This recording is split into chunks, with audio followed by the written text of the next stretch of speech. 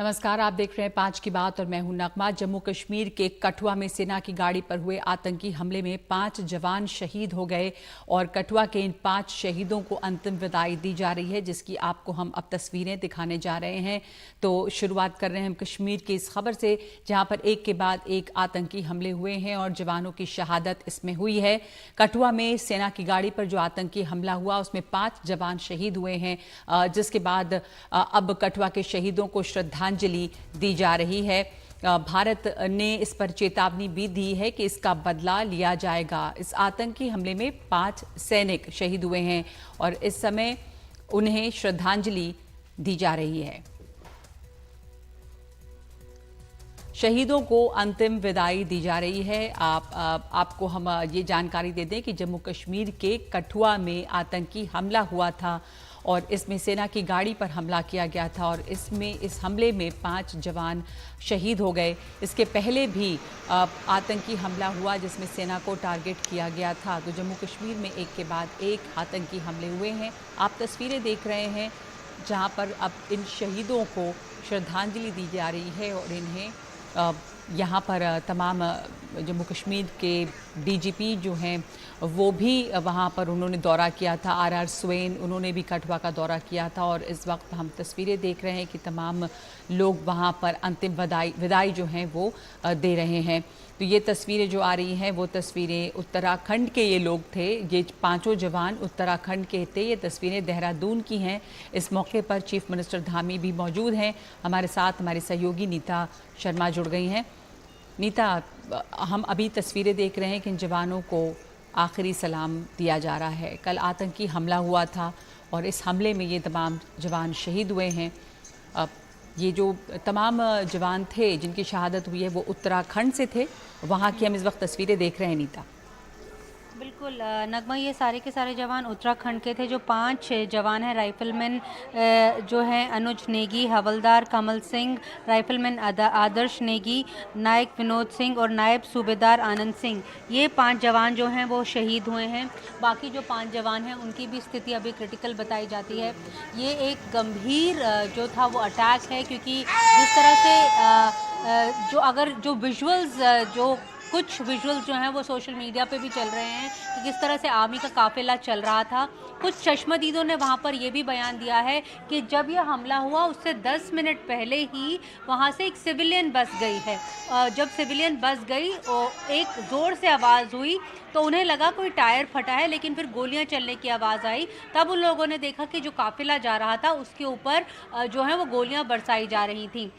ये भी सामने आ रहा है कि जब आतंकी ये काफिले के ऊपर गोलियां बरसा रहे थे, उन्होंने एक हैंड ग्रेनेड जो है वो भी लॉब किया, जिसके चलते ये जो कैजुअल्टीज़ हैं वो ज़्यादा हो गई। क्योंकि ये मामला आतंकवादी गतिविधियों से जुड़ा हुआ है, यही वजह है कि जो नेशनल इन्वेस्टिगेशन एजेंसी है यानी एनआईए की टीम है वो भी मौका वारदात पर पहुंची हुई है जांच करने के लिए। पहले वाले जो मामले थे वो भी एनआईए जांच कर रही है। तो ये एक सीरियस रूप में जो ये पूरा का पूरा मामला निकलकर सामने आ रहा है। मैं अगर आपको बोलूं कि पिछले 4-5 दिनों में जिस तरह से आतंकी गतिविधियां, चाहे वो साउथ ऑफ पीर पंजाल हो या नॉर्थ ऑफ पीर पंजाल हो, दोनों तरफ हो रही हैं। कश्मीर घाटी की साइड भी हो रही है। कुलगाम में हमने देखा था वीकेंड में 6 आतंकी मारे गए थे, उसमें हिजबुल मुजाहिदीन के आतंकी वो बताए जा रहे थे। कठुआ पे हमने देखा था कि 2-3 आतंकी मारे गए थे 27 जुलाई को जून को और इसके बाद अब यह हमला हुआ है। तो लगातार जो आतंकवादी और स्ट्राइक एट विल हो रहा है, ये जांच एजेंसियों का कहना है। इसके पीछे की वजह वो सिंपल बता रहे हैं। उनका ये कहना, जो चश्मदीद भी जिसके बारे में आज जो है ध्यान खींच रहे थे, उनका भी ये कहना था कि 1990 के दशक के बाद इस एरिया में इस तरह की मूवमेंट जो है वो पहली बार देख रहे हैं। क्योंकि हमने ये देखा है कि जो पिछला एक दशक था इस इलाके से आतंकवाद जो है वो बिल्कुल ख़त्म हो गया था।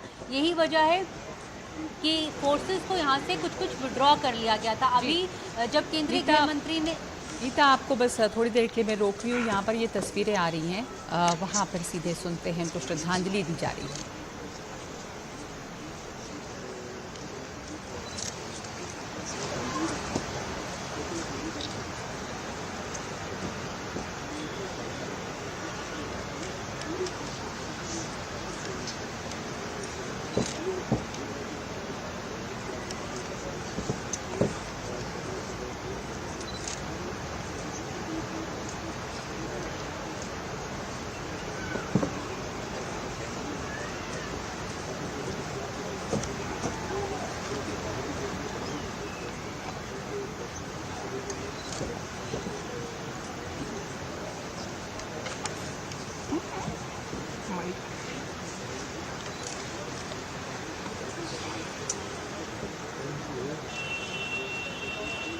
जी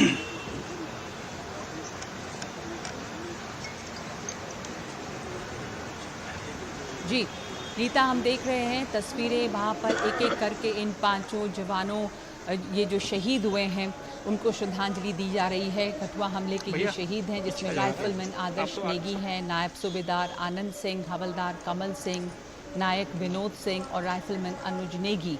ये पांचों उत्तराखंड के इस वक्त देहरादून से ये सीधी तस्वीरें हम दिखा रहे हैं और इस मौके पर वहाँ मुख्यमंत्री भी मौजूद हैं। हमारे सहयोगी नीता शर्मा हमारे साथ जुड़ी हुई है। नीता, आप ये बता रही थी कि आतंकी गतिविधियों में पिछले दिनों एक बढ़ोतरी देखी गई है और ये जो कठुआ में हमला हुआ है उसके पहले भी सेना को टारगेट किया गया और ये जो एक्शन है वो इन दिनों काफ़ी बढ़ा हुआ नज़र आ रहा है।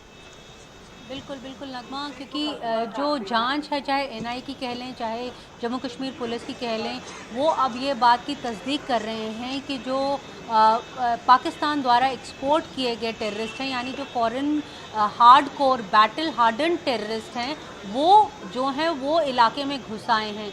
और जिस तरह से उन्होंने इस काफिले के ऊपर अटैक किया जो नॉर्मल पेट्रोलिंग कर रहा था इस इलाके में, उससे ये साफ जाहिर हो रहा है, क्योंकि चश्मदीद भी इस बात को बोल रहे हैं। उनका कहना है कि कुछ समय पहले यहाँ से एक सिविलियन बस निकली थी, तो आतंकी भी जानते थे कि सिविलियन बस को चाहते तो उसको भी टारगेट कर सकते थे, लेकिन उन्होंने जो मेन इन ग्रीन, यानी जब वो कॉन्वॉय निकल रहा था, क्योंकि उसका मैसेजिंग जो है वो लाउडर होता है और ज़्यादा तेज़ होता है, तो उन्होंने सेना के काफिले पे अटैक किया।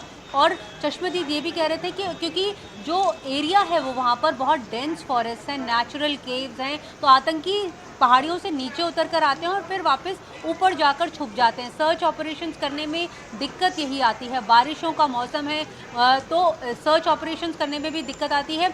एरियल सर्वेलेंस, ड्रोन सर्वेलेंस जो है वो हम अक्सर देखते हैं कि इस तरह के ऑपरेशंस में यूज़ की जाती है, लेकिन यहाँ पर वो भी नहीं यूज़ की जाती, क्योंकि जो डेंस कवर, फॉरेस्ट कवर जो है बहुत डेंस है।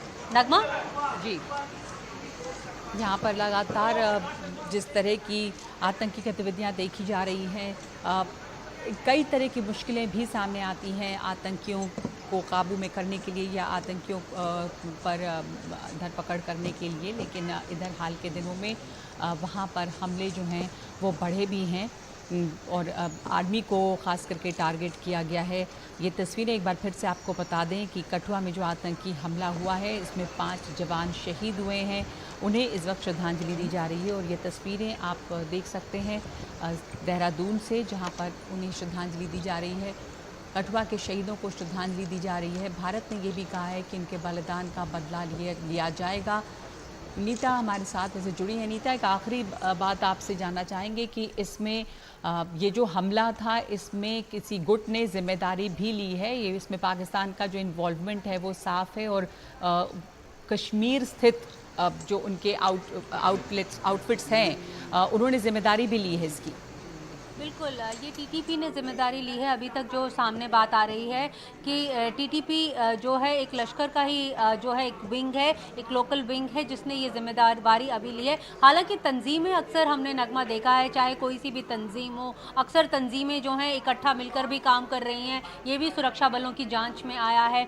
लेकिन जिस तरह से उन्होंने ब्रेजनली अटैक किया है एक आर्मी कॉन्वॉय के ऊपर, वो भी जब वो पेट्रोलिंग करने जा रहा था और वो एरिया जो है वहाँ पर सिविलियंस रहते हैं, मतलब हैबिटेड एरिया है, वहाँ पे लोगों के घर भर भी हैं और ऐसे में वहाँ पर उन्होंने हमला किया। ये एक चिंताजनक बात है, खासकर इसलिए भी क्योंकि ऑलरेडी जो एक सिक्योरिटी ऑडिट है वहाँ पर हो गया था। उसके बाद जब पता चला था कि थिनिंग ऑफ फोर्सेस उस एरिया में हुई है तो और डिप्लॉयमेंट जो है वो वहाँ पर भेजी जा रही थी। सर्च ऑपरेशन जो हैं वो अभी भी चल रहे हैं, लेकिन ये एक भारी नुकसान है आर्मी के लिए कि 5 जवान उसके मार्टर हुए हैं और 5 गंभीर रूप से जो वो घायल हुए हैं, उनका अभी फिलहाल इलाज चल रहा है। कुछ समय पहले एयरफोर्स जवानों के काफिले पे भी अटैक हुआ था, तब ये निकलकर सामने आया था कि जिन गाड़ियों में ये लोग चलते हैं वो ज़्यादातर जो हैं वो बुलेट प्रूफ गाड़ियाँ भी नहीं होती हैं, नॉर्मल गाड़ियाँ होती हैं। तो तमाम तरह की दिक्कतें होती हैं जब इस तरह की मूवमेंट हो रही है, इस तरह की पेट्रोलिंग हो रही होती है। लेकिन अब एनआईए इस मामले की जांच कर रही है और अभी मौका वारदात पर एनआईए की टीम पहुंची भी हुई है। नगमा, एनआईए की टीम वहां पहुंची हुई है, एनआईए इसकी जांच करिए। धन्यवाद आपका नीता। इस बीच ये तस्वीरें हम दिखा रहे हैं जहां पर इन 5 जवानों को, 5 शहीदों को श्रद्धांजलि दी जा रही है।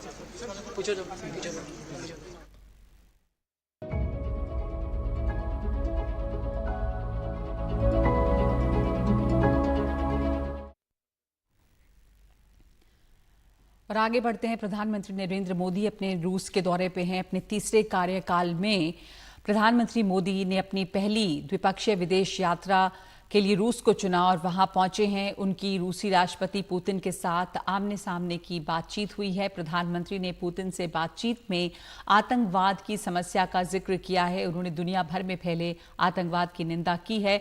प्रधानमंत्री ने भारत रूस की पुरानी दोस्ती का जिक्र किया। उन्होंने भविष्य में दोनों देशों के संबंधों के नई ऊंचाई पर पहुंचने की उम्मीद जताई। प्रधानमंत्री मोदी ने रूस यूक्रेन युद्ध की बात करते हुए कहा कि बम और बंदूकों से समस्या का समाधान नहीं मिलता, इसके लिए बातचीत के रास्ते पर आना होता है। पिछले 40-50 साल से भारत आतंकवाद को झेल रहा है। आतंकवाद कितना भयानक होता है, कितना घिनौना होता है, तो हम 40 साल से भुगत रहे थे। ऐसे में जब मॉस्को में आतंकवादी घटनाएं घटी, दागिस्तान में आतंकवाद की घटनाएं घटी, उसका दर्द कितना गहरा होगा इसकी मैं कल्पना करता हूं।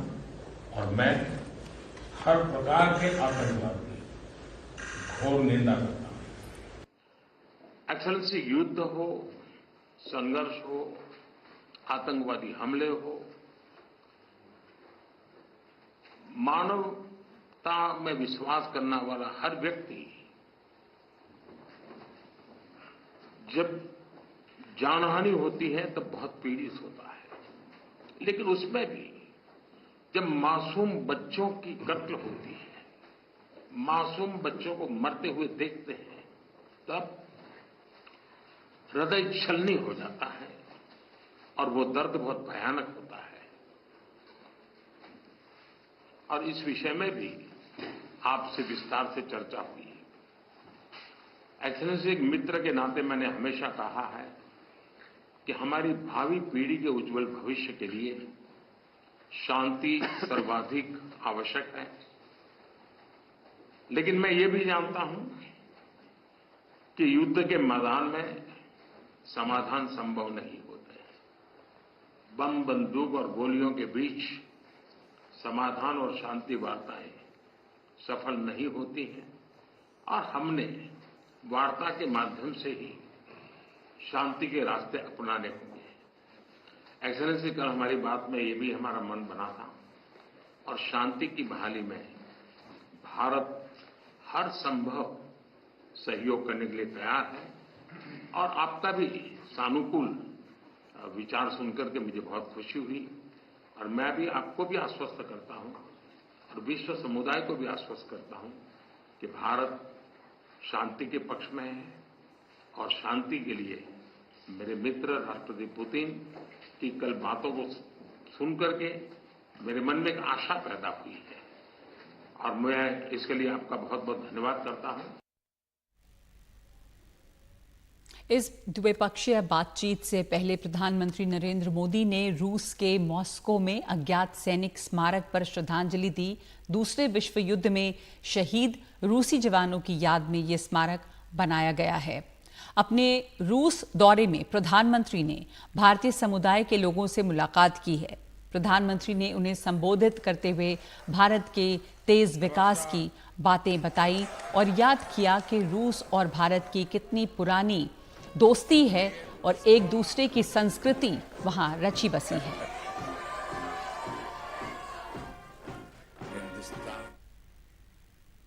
प्रधानमंत्री ने मॉस्को में मौजूद भारतीय समुदाय के लोगों को संबोधित करते हुए कहा कि वो भारत से 140 करोड़ लोगों का प्यार लेकर यहां आए हैं। अपने तीसरे कार्यकाल का जिक्र करते हुए उन्होंने कहा कि तीसरे टर्म में 3 गुनी रफ्तार से काम करने का प्रण लिया है। भरोसेमंद दोस्त हमारे रशियन फ्रेंड्स इसे द्रुजबा कहते हैं।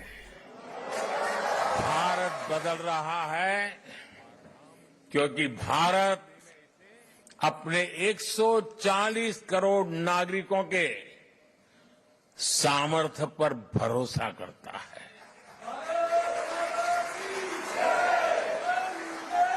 विश्व भर में फैले हुए भारतीयों का सामर्थ्य पर भरोसा करता है, गर्व करता है। भारत बदल रहा है क्योंकि 140 करोड़ भारतीय अब भारत को विकसित देश बनाने का सपना संकल्प लेकर के पूरा करना चाहते हैं। इसके लिए आप दिन रात मेहनत करते हो। हिंदुस्तान पूरा मेहनत कर रहा है, हर किसान कर रहा है, हर नौजवान कर रहा है, हर गरीब कर रहा है। ये रिश्ता म्यूचुअल ट्रस्ट और म्यूचुअल रिस्पेक्ट की मजबूत नींव पर बना है। और वो गाना तो यहां के घर घर में कभी गाया जाता था, सर पे लाल टोपी रूसी, फिर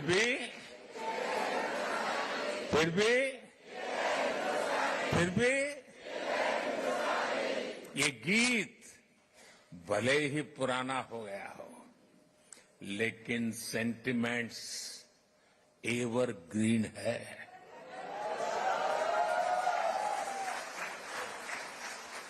पुराने समय में श्रीमान राज कपूर, श्रीमान मिथुन दा ऐसे कलाकारों ने भारत और रूस की संस्कृति की दोस्ती को मजबूत किया।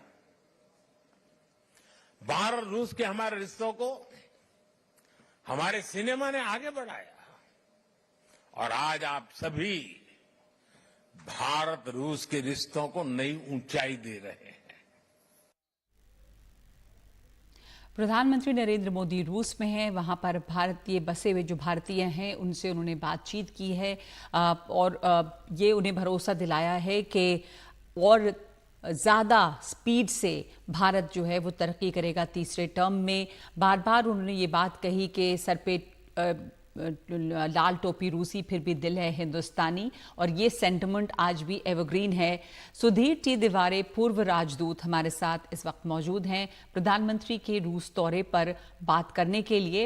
ये जो द्विपक्षीय बातचीत हुई है एम्बेसडर दिवारे, उसमें से आपके लिए महत्वपूर्ण टेकअवेज क्या हैं? काफ़ी साफ शब्दों में प्रधानमंत्री नरेंद्र मोदी ने तमाम तरह के आतंकवाद की निंदा की और साथ साथ ये भी कहा रूस यूक्रेन युद्ध के मद्देनजर कि कैसे कोई भी युद्ध बम बंदूक किसी तरह का समाधान नहीं ला सकते, बातचीत करनी होगी। इसे कैसे देखा जाएगा? प्रधानमंत्री ने आज जो बात की राष्ट्रपति पुतिन जी के साथ, वो बहुत अहम है। एक तो उन्होंने पिछले साल भी वहाँ बुखारा में, समरकंद बुखारा में उनसे ठेठ कहा था कि ये जो आजकल का जो माहौल है वो it's not an era of war. तो यूक्रेन की लड़ाई के बारे में पूरी दुनिया बहुत चिंतित है, भारत बहुत चिंतित है।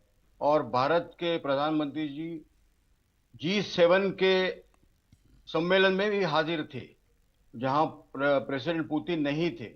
तो इसीलिए हमारे पंतप्रधान जी ने अभी जो वहां ये मौका जो था उसका पूरा उपयोग करते हुए उन्होंने राष्ट्रपति पुतिन जी से को कहा कि भारत शांति के पक्ष में है, भारत अंतर्राष्ट्रीय जो लॉ है उसके पक्ष में है, UN के चार्टर के पक्ष में है, और सॉवरेनिटी और टेरिटोरियल इंटीग्रिटी के जो इसेंशियल होते हैं कोई ऐसी लड़ाई बंद करने के लिए, उसके भी पक्ष में है। तो इसलिए मेरे ख्याल से भारत के प्रधानमंत्री ने अभी जो ये प्रेसिडेंट पुतिन को जो कहा यूक्रेन के बारे में, वो बहुत बहुत अहम था। और उन्होंने आतंकवाद के खिलाफ भी, जो अभी हाल ही में जो रूस में दागिस्तान में जो हादसा हुआ, उसके बारे में भी कहा कि भारत हमेशा ही आतंकवाद के खिलाफ रहा है। और ऐसी घटना जब होती है दूसरे देश में, तो भारत अपनी चिंता व्यक्त करता है। जी। इसके अलावा जो बायलैटरल जो इश्यूज बहुत से थे, खासकर एनर्जी का इशू था। भारत पिछले 2 साल से रूस से ऑयल खरीद खरीद खरीद कर रहा है। एटॉमिक एनर्जी में रशिया का हमारे लिए बहुत ही बड़ा सहकार्य है। अभी 6 जी। रिएक्टर पर भी वहाँ एग्रीमेंट हो गया। जी। एम्बेसडर तिवारी, एक बात आपसे जानना चाहूंगी। भारत पिछले 2 सालों से रूस के तेल भी खरीद रहा है। भारत ने बहुत ही एक मैच्योर रुख अपनाया है इस यूक्रेन रूस युद्ध के दौरान। अपना एक इंडिपेंडेंट स्टैंड लिया है। जब हम देख रहे हैं कि तमाम पश्चिमी देश एक तरह से रूस के खिलाफ एकजुट हैं और तमाम तरह के प्रतिबंध रूस पर लगे, भारत का रिश्ता इन पश्चिमी देशों के साथ भी अच्छा है, अमेरिका के साथ भी अच्छा है। ऐसे में जब प्रधानमंत्री वहां जाते हैं तो भारत के सामने हमेशा ये एक चुनौती के तौर पे रही है बात कि कैसे आप बैलेंस करें इस रिश्ते को। आपको लग रहा है कि ऐसे वक्त में जबकि रूस के बम फिर से यूक्रेन के शहरों पर गिरे हैं, ये एक मुश्किल है। हालांकि प्रधानमंत्री ने साफ तौर पर युद्ध की निंदा की है, तो अपना रिश्ता रूस से भी बनाए रखना और पश्चिमी देशों से भी बनाए रखना, ये एक चुनौती है इस समय भारत के सामने। बहुत नाजुक ये परिस्थिति है। हमें ये बैलेंस रखना बहुत आवश्यक है और बड़ी स्किल के साथ पिछले 2 सालों में हमने ये निभाया है। जहाँ अब तक लड़ाई तो बहुत जोर से चल रही है। कल रशिया ने तो यूक्रेन पर बहुत बड़ा हमला किया है। तो ऐसे हालात में भारत जो अपनी हमेशा की जो नीति है, उसका पुनरुच्चार कर रहा है कि भारत कह रहा है कि डायलॉग और डिप्लोमेसी हो। इसमें भारत ने शांति का पथ ही बताया है। और आज प्रधानमंत्री जी ने उनको कहा कि ऐसे कोई भी प्रयत्न जब हो रहे हैं शांति के लिए, तो भारत पूरी तरह से उसमें अपना सहकार्य देगा, अपना कोऑपरेशन करेगा। तो लड़ाई तो बैटल ग्राउंड पे नहीं हो सकती है। भारत ये हमेशा कहता आया है कि ये लड़ाई जब तक दोनों तरफ से बातें नहीं होंगी, तब तक ये लड़ाई पर विराम होना असंभव है। और इसीलिए पश्चिमी देशों को भी तो ये जानना जरूरी है कि जब तक लड़ाई अगर चलाते रहेंगे, तो ये तो युद्ध खत्म होगा ही नहीं, और उसमें यूक्रेन का नाश होगा और बहुत से और दूसरे जो देश हैं दक्षिण यानी ग्लोबल साउथ, उनको भी बड़ा उसमें चोट लग रही है। तो इसीलिए भारत ने जो अभी रुख अभी तक अपनाया है, वो बहुत मुश्किल का था, मगर अभी तक हम अच्छी तरह से निभा रहे हैं। और इस विजिट में भी जाहिर है कि भारत ने इस पर ही अपना जोर लगाया है। जी। तो इस बार भी भारत के सामने ये भी एक चुनौती है कि किस तरह से इस बैलेंस को बनाए। लेकिन इसके साथ ही भारत और रूस के पुराने संबंध रहे हैं, एक जज्बाती रिश्ता रहा है। साथ ही रूस जो है वो भारत का सबसे बड़ा डिफेंस पार्टनर रहा है, तो इस क्षेत्र में भी और आगे बढ़ने की उम्मीद है। और साथ साथ में वहाँ पर जो बहुत बड़ा एक भारतीय डायस्पोरा है, उसकी उम्मीदें बंधी हुई हैं इस दौरे से। बहुत धन्यवाद आपका सुधीर टी दिवारे हमारे साथ जुड़ने के लिए। कुछ ही देर पहले प्रधानमंत्री नरेंद्र मोदी और राष्ट्रपति पुतिन दोनों की द्विपक्षीय बातचीत हुई, जिसकी तस्वीरें हमने आपको दिखाई। ये बातचीत चल रही है। इसके अलावा प्रधानमंत्री कई तरह के रशियन कल्चरल ट्रूप से भी मिलने वाले हैं, वो भी कार्यक्रम होगा। वहाँ पर जो भारतीय रहते हैं उनसे भी उन्होंने मुलाकात की है। तो 5 की बात में इस वक्त एक ब्रेक और लौटते हैं दूसरी खबरों के साथ।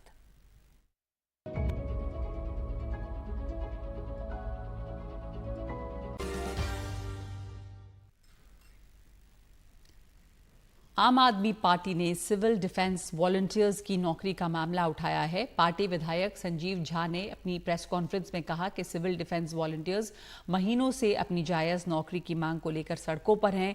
उन्होंने कहा कि इन सिविल डिफेंस वॉलंटियर्स ने अच्छा काम किया है।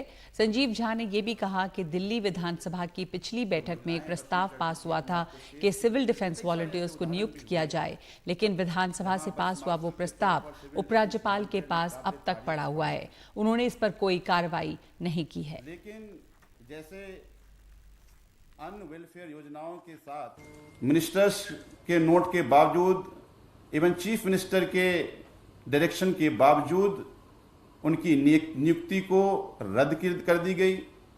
ना केवल नियुक्ति को रद्द कर दी गई, उनके जो पेंडिंग सैलरी थे उसको भी रोका गया और उसके मातहत भी कई सारे नोट और चिट्ठी और डायरेक्शन माननीय सीएम साहब, माननीय मिनिस्टर साहब लगातार देते रहे।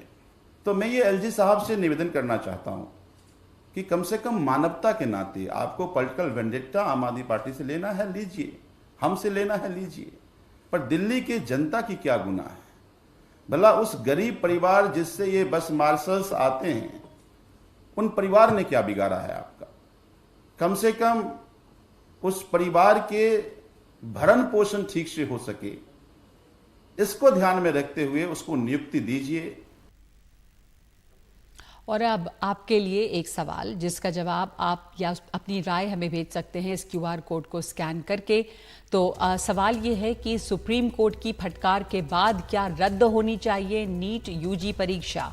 आपको बता दें कि कल 8 जुलाई को नीट पेपर लीक मामले में सुप्रीम कोर्ट में सुनवाई हुई, जिस दौरान CJI DY चंद्रचूड़ ने कहा कि यदि परीक्षा की पवित्रता खत्म हो जाती है और यदि दागी और बेदाग को अलग करना संभव नहीं तो दोबारा परीक्षा का आदेश देना होगा। इन सबके बीच सवाल है कि क्या नीट और यूजी परीक्षा रद्द हो जानी चाहिए?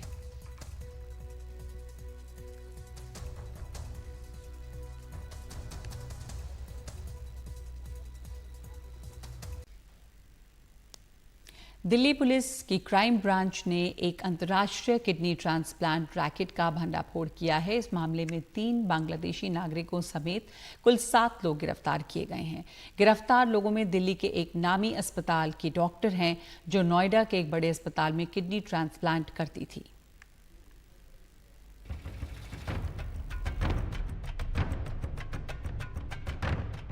विजया कुमारी नामी डॉक्टर हैं, लेकिन राजधानी दिल्ली और NCR में किडनी ट्रांसप्लांट रैकेट चलाते पकड़ी गई हैं। उसके गिरोह के 6 और लोगों को भी दिल्ली पुलिस की क्राइम ब्रांच ने गिरफ्तार किया है।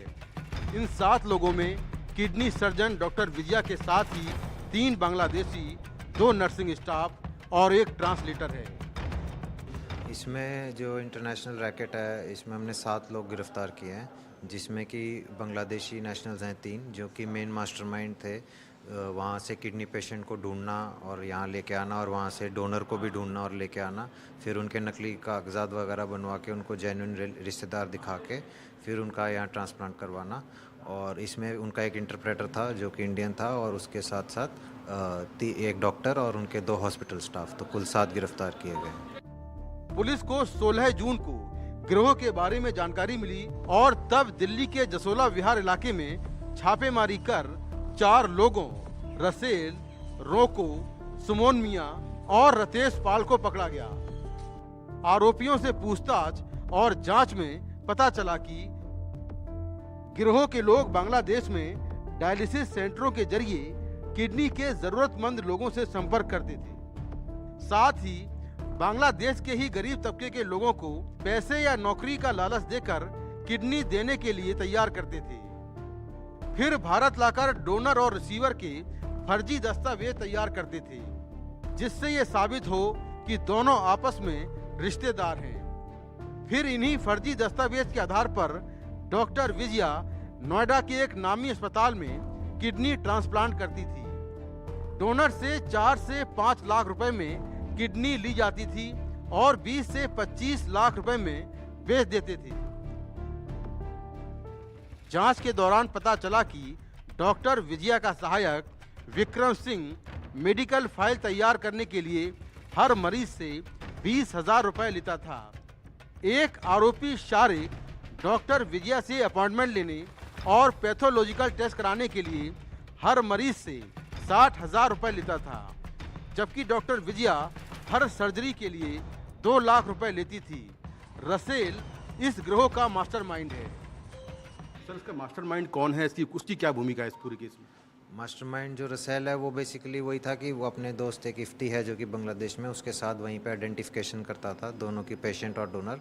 फिर उनको यहाँ ला के रखना, उनके टेस्ट वगैरह करवाना, उनके कागजात बनवाना, वो सब नकली कागज़ बनाना, वो सब कार्रवाई यहाँ करते थे। हॉस्पिटल की डॉक्टर अरेस्ट हुई है, उसका क्या रोल है इस पूरे रैकेट में? उनकी पूरी इसमें इन्वॉल्वमेंट निकली थी शुरू से लेकर अंत तक। उनको पूरा पता रहता था कि ये नकली कागजात हैं या डोनर भी रिलेटिव नहीं है, और फिर वो कागजात बनवाने में भी उनको मोटिवेट करती रहती थी कि इसको कागज़ बनाओ और इसको ये करो, और फिर वो ट्रांसप्लांट तो करती थी। पुलिस के मुताबिक विजया अब तक नोएडा के अस्पताल में गैर कानूनी तरीके से 16 किडनी ट्रांसप्लांट कर चुकी है। दिल्ली और नोएडा के अस्पतालों की तरफ से बयान जारी कर कहा गया कि उन्हें किडनी ट्रांसप्लांट की कोई जानकारी नहीं है। वैसे दिल्ली के अस्पताल ने डॉक्टर विजया को सस्पेंड कर दिया है। पुलिस के मुताबिक ये लोग 2019 से इसी काम में लगे हुए थे, क्योंकि भारत में किडनी ट्रांसप्लांट को लेकर कड़े नियम और शर्तें हैं, जिसके तहत वही किडनी ले और दे सकता है जिसका आपस में खून का रिश्ता हो। इसीलिए ये लोग डोनर और रिसीवर के फर्जी दस्तावेज तैयार करते थे, जिससे कि लगे कि वो आपस में रिश्तेदार हों। नई दिल्ली से कैमरामैन सचिन गुप्ता के साथ मैं मुकेश सिंह सेंगर, एनडीटीवी इंडिया। तो मुकेश इस वक्त हमारे साथ जुड़े हैं। हमने देखा मुकेश आपकी रिपोर्ट, इसमें आपने डिटेल से बताया है कि किस तरह से ये पूरा रैकेट चल रहा था किडनी ट्रांसप्लांट का, और ये डॉक्टर पकड़े गए। पर कितना बड़ा है ये पूरा रैकेट, इसमें एक डॉक्टर के अलावा बहुत सारे लोग इन्वॉल्व होंगे, और इतनी ज़्यादा ज़रूरत एक तो लोगों को किडनी की पड़ रही है। तो एक बड़ी समस्या जो ये भी है कि अवेलेबिलिटी, उस एंगल से भी अगर आपको कुछ पता चला हो, क्योंकि देखिए यहाँ पे भी आप यही जानकारी दे रहे हैं कि ये फेक कागजात बनाते थे जिसमें ब्लड रिलेशन दिखा दिया जाता था लोगों का। तो ये कितने बड़े स्केल पर ऑपरेट कर रहे थे, ये पूरा रैकेट जो है ये अलग अलग शहरों में भी फैला हुआ है। देखिए, पुलिस के मुताबिक रैकेट तो बहुत बड़ा है, क्योंकि ये बांग्लादेश और बांग्लादेश से फिर दिल्ली एनसीआर में तमाम जगहों पर फैला हुआ है, और अब तक इसके 7 लोग अरेस्ट हो चुके हैं। दिल्ली पुलिस जून से इस पूरे मामले में कार्रवाई कर रही है, और जून से लगातार गिरफ्तारियां हो रही हैं, जिसमें डॉक्टर हैं, रिसीवर हैं, डोनर हैं, मिडिलमैन हैं, ये सभी लोग पकड़े जा रहे हैं, और अब तक 7 लोग अरेस्ट हो चुके हैं। पुलिस के मुताबिक अभी ये जांच और चल रही है कि क्या इसमें और भी डॉक्टर इन्वॉल्व हैं, क्या दिल्ली के और बड़े अस्पताल शामिल हैं दिल्ली एनसीआर के, तो इसको लेकर जांच चल रही है। दूसरा, जिन 2 अस्पतालों का नाम आया है, एक नोएडा का है, एक दिल्ली का है, उन अस्पतालों की क्या भूमिका है इसमें, उसकी जांच चल रही है। हालांकि दोनों अस्पतालों के तरफ से बयान जारी किया गया है और कहा गया है कि उनको इलीगल किडनी ट्रांसप्लांट के बारे में कोई जानकारी नहीं है, वो जांच एजेंसी के साथ में कोऑपरेट कर रहे हैं, और इसमें जो भी बात सामने आएगी उसके हिसाब से कार्रवाई की जाएगी। जहाँ तक बात है किडनी ट्रांसप्लांट की, आम तौर पर जो भारत में नियम है, वही किडनी दे सकता है जो किसी के ब्लड रिलेशन में हो, किसी का रिश्तेदार हो। लेकिन किडनी मिलना आसान नहीं है, क्योंकि कई लोग ऐसे हैं जिनके अपने तैयार नहीं होते किडनी देने के लिए, या किसी और कारण से किडनी वो नहीं ले पाते हैं। तो किडनी की डिमांड बहुत ज़्यादा होती है, क्योंकि आज के दौर में बहुत सारे ऐसे लोग हैं जिनको जो डायलिसिस पर हैं, उन्हें किडनी की ज़रूरत है, लेकिन किडनी मिल नहीं पाती है, और ऐसे में वो लोग जो है ऐसे गिरोह के लोगों के चंगुल में आते हैं, पैसे खर्च करते हैं, और फिर उन्हें या तो किडनी मिल जाती है, या फिर वो ऐसे जांच एजेंसियों के जाल में फंस जाते हैं। तो यहाँ पर वही मामला सामने आया कि इसमें जो अरेस्ट हुए हैं उसमें गरीब तबके के लोग वो हैं जो डोनर हैं, जिन्होंने किडनी दी है, और उनको महज 4 से 5 लाख रुपए कैश मिला। उसके अलावा जो रिसीवर हैं, जिनको किडनी की ज़रूरत है, वो भी इसमें गिरफ्तार हुए हैं, उनके पैसे भी गए, 25 से 30 लाख रुपए उन्होंने पैसा खर्च किया, और किडनी भी नहीं मिल पाई, और उसके पहले ही वो अरेस्ट हो गए। तो कुल मिलाकर ये एक समस्या है, एक बड़ी समस्या है, और इसका जो जिस तरह से किडनी की डिमांड है, कहीं ना कहीं शायद जो गैंग के लोग हैं, जो इस तरह के गैंग चलाते हैं, वो उस डिमांड का फ़ायदा उठाते हैं, और डोनर और रिसीवर ढूंढकर फिर किडनी जो है बेचते और खरीदते हैं। जी बिल्कुल, धन्यवाद आपका मुकेश। ये जो दिल्ली में रैकेट का पता चला है, अवैध किडनी ट्रांसप्लांट, इस धंधे पर पुलिस ने नकेल कसी है, तो आंध्र प्रदेश में भी कर्ज के जाल में फंसा एक शख्स किडनी बेचने को मजबूर हो गया। उमा सुधीर की रिपोर्ट देखिए।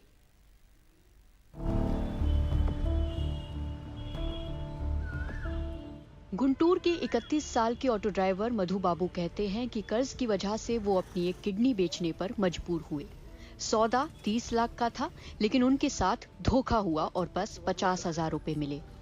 బాగా ఇబ్బందుల వల్ల फेसबुक पर मैंने एक विज्ञापन देखा, एक एजेंट बादशाह के जरिए, जो मुझे वेंकट तक ले गया। उसने मुझे किडनी लेने वाले के ब्रदर इन लॉ से मिलवाया। उन्होंने कहा कि वो 22 किडनी निकालेंगे, लेकिन दाहिनी निकाल ली। उन्होंने मुझे पैसे नहीं दिए और कहा कि जो करना हो कर लो। कई तरह के टेस्ट और जाली दस्तावेज तैयार किए गए, ये बताने के लिए कि वो किडनी लेने वाले से असंबद्ध नहीं है। सर्जरी कथित तौर पर विजयवाड़ा के विजया सुपर स्पेशलिस्ट अस्पताल में हुई। हमारे पास सारे वैध दस्तावेज हैं और इसी आधार पर डॉक्टरों और अस्पताल ने सर्जरी शुरू की। इसके लिए डॉक्टरों को कैसे दोष दिया जा सकता है? जब मधु बाबू ने पब्लिक ग्रीवांस रिड्रेसल सेल में शिकायत की, तो पुलिस अब केस दर्ज करने की सोच रही है और मानव अंगों के इस कारोबार के आपराधिक नेटवर्क की गहन जांच करने का इरादा बना रही है। भारत में किसी भी वक्त 2 लाख से ज्यादा मरीज किडनी प्रत्यारोपण का इंतजार कर रहे हैं, लेकिन हर साल सिर्फ 6,000 किडनी प्रत्यारोपण होते हैं। यानी कि बड़ी मांग है किडनी की, और इसी का फायदा उठाते हैं आपराधिक गिरोह और निशाना बनाते हैं सबसे कमजोर लोगों की। और इस बार निशाना बने एक ऑटो ड्राइवर जो लोन ऐप के चक्कर में फंस गए। गुंटूर में कैमरा पर्सन नागराजू के साथ उमा सुधीर, एनडीटीवी इंडिया के लिए। उमा हमारे साथ जुड़ी हैं इस वक्त। उमा, इस तरह के मामले आप पहले भी कवर करती रही हैं, जब ऑनलाइन सिस्टम नहीं था तब से अब में क्या बदलाव आया है और कैसे पुलिस निपट रही है इन चुनौतियों से, और जो ये कानून बना लोन ऐप को लेकर वो कितना ज़्यादा प्रभावी है? पहली बात तो ये कि जो आप डिमांड और सप्लाई की बात कर रहे थे, 2 लाख से ज़्यादा लोग हर वक्त इंतज़ार में रहते हैं कि कोई किडनी दान कर दें और वो अपने किडनी डिजीज़ से मुक्त हो जाएं। लेकिन जो ट्रांसप्लांट्स हैं वो सिर्फ 6,000 होते हैं एक साल में। यानी कि डिमांड और सप्लाई में इतना ज़्यादा गैप है कि हमेशा ही डिमांड बना रहता है, और इसीलिए ऐसे लोगों को निशाना बनाया जाता है जो बहुत वल्नरेबल हैं। पिछले सालों में 20 साल से मैं ये कवर कर रही हूँ, हर 5 साल में अगर आप देखें तो जैसे गुंटूर इलाके में जहाँ पे कपास और मिर्ची उगाई जाती है, कैश क्रॉप्स हैं, और वहाँ पे फैमिलीज ऐसे निकले। रेंटी चिंतला नाम की जगह में जैसे देखिए 40 ऐसे किसान थे जिन्होंने अपने किडनी दान में दे दिए थे, इसलिए कि वो डेट उनका हो गया था बहुत ज़्यादा। उसको उसकी आपूर्ति करने के लिए वो लोग अपना किडनी दान उन्होंने किया था। और फिर 2013 में आया केस, 2018 में आया। लेकिन इस बार ही जैसे आप देखते हैं कोविड के साथ साथ जब लोन ऐप का पॉपुलैरिटी बहुत बड़ा और इकोनॉमिक क्राइसिस बहुत बड़ी है, तो उस वक्त ऐसे ऑटो ड्राइवर जो 31 साल के हैं और उन्होंने अपने किडनी को दिया इसलिए कि उनको लोन ऐप्स का बहुत प्रेशर था, और उनको लगा कि अगर 30 लाख रुपए मिल जाते हैं तो मेरे बच्चों का भविष्य भी बन जाएगा, और इसी रैकेट में आके उन्होंने किडनी अपना दान किया। 2 खास चीज़ें हैं। एक तो उन्होंने सोशल मीडिया द्वारा, यानी कि फेसबुक में उन्होंने बताया कि किसी ने कॉन्टैक्ट किया और एक साइट था जिसकी वजह जहाँ पे उन्होंने रिकॉर्ड किया कि मैं भी देना चाहता हूं, तो किसी ने उनको फ़ोन किया और कहा कि मैंने भी दिया है, मुझे पैसे मिले हैं, आप भी दे दो। ऐसे ही कुछ रैकेट्स और एजेंट्स बने हुए हैं। ऑनलाइन एक गिरोह बना हुआ है जिन्होंने उनको फंसाया और फिर फिजिकल टेस्ट के लिए विजयवाड़ा ले गए, और वहाँ पे इनके जो कागजात हैं वो पूरे बनवाए, आधार कार्ड भी नई तरीके से बनवाया। ये मैं एक बता दूं, जो 1994 का जो human transplantation of human organs and tissues act है, उसमें ये था कि सिर्फ रिलेटिव्स या फिर आपका क्लोज फैमिली, यानी कि ब्लड रिलेटिव्स या क्लोज फैमिली ही आपको दे सकती है। लेकिन उसमें एक अमेंडमेंट लाया गया क्योंकि ये गैप इतना ज़्यादा था, तो फ्रेंड्स को भी उसमें इंक्लूड किया, और उसी को एक्सप्लॉइट करते हुए बहुत लोग अब ऐसे कागजात बना रहे हैं। इनका एड्रेस भी उसी गांव में बदल दिया जहां पे रेसिपिएंट है, और वीडियोस भी कुछ ऐसे बनाए ये दिखाने के लिए कि वो बहुत क्लोज हैं, फैमिली के अनरिलेटेड नहीं है, उनके बड़े करीबी हैं, और ये दिखाकर इस मामले को सेट किया गया। और अगर आप अस्पताल में, जैसे हमने रिपोर्ट में दिखाया कि उन्होंने कागजात बड़े क्लीन दिखाए कि देखिए हमारे पास ये कमेटी की रिपोर्ट है। जैसे कि आप जानते हैं जब भी कोई ट्रांसप्लांट होता है तो एक कमेटी बैठती है और उसको कॉल लेना होता है कि क्या ये क्रेडिबल है या नहीं है, और उनका जो पेपर वर्क है वो बड़ा सही रहता है। और इसी तरह से इसका भी हुआ है और लग यही रहा है कि ये सिर्फ एक मधु की केस नहीं है, बहुत सारे ऐसे केसेस हैं। और परसों की बात है कि वैजाग में भी ऐसा एक केस आया था जिसमें एक कपल ने कहा कि उन्होंने रिकॉर्ड किया था, उन्होंने 10 लाख रुपए दिए थे ट्रांसप्लांट के लिए, लेकिन वो नहीं हो पाया। तो उसके बाद वहाँ की जो नेफ्रोलॉजिस्ट है, एक डॉक्टर वानी, एक प्राइवेट हॉस्पिटल की, उन पर जांच चल रही है। और वहाँ पे भी लग रहा है कि डॉक्टर्स की भी एक ऐसी ग्रुप बनी हुई है जो ऐसे इलीगल एक्टिविटीज में इन्वॉल्व है। जी, धन्यवाद आपका उमा। ये इलीगल एक्टिविटीज़ जो चल रही हैं इसके लिए ग्रुप ऑपरेट कर रहे हैं, कई शहरों में काम कर रहे हैं। एक ब्रेक ले रहे हैं इस वक्त हम 5 की बात में।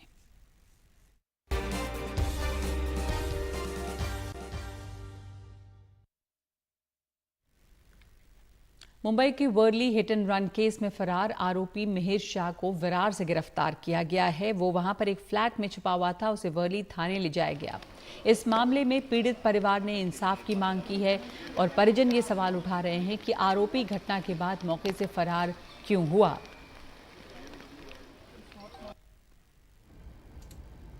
तीन दिन के बाद वो पकड़ा जाता है, इसका मतलब क्या है? अगर वो अल्कोहलिक नहीं था, अगर वो नशा नहीं किया, अगर वो दारू नहीं पिया है, अगर वो ड्रग्स नहीं किया, तो वो छुपा क्यों? बताओ ना। आज तुमने जो योजना निकाली, लाडली योजना, आपकी लाडली बहन आज मर गई है, उसको खींच के ले गया, कोई उसको संभालने वाला नहीं। मेरे सामने खींच के लेके गया और बोलते हैं वो रिवर्स में डाला। अगर रिवर्स में डालता तो वो बच नहीं जाती, क्या बताओ? हाँ, रिवर्स में डालती तो वो बच नहीं जाती। We should get justice. My mother should get justice. I want him to get this hanging. Like she is in really bad pain. उसको बहुत लगा है. I saw her with my eye. The hospital, I saw her. She's in really bad pain. I want her justice. उसके पीछे कुछ नहीं बचा, उसके पीछे कुछ नहीं बचा, उसको खींच के लेके गया ना, कुछ नहीं बचा उसके पीछे, उसको थोड़ा भी दया नहीं आया। सुनील सिंह हमारे सहयोगी जुड़ गए हैं। सुनील, आप वहां वर्ली पुलिस स्टेशन पे मौजूद हैं। ये आरोपी जो है उसे गिरफ्तार कर लिया गया है। इस घटना का अपडेट आपके पास क्या है?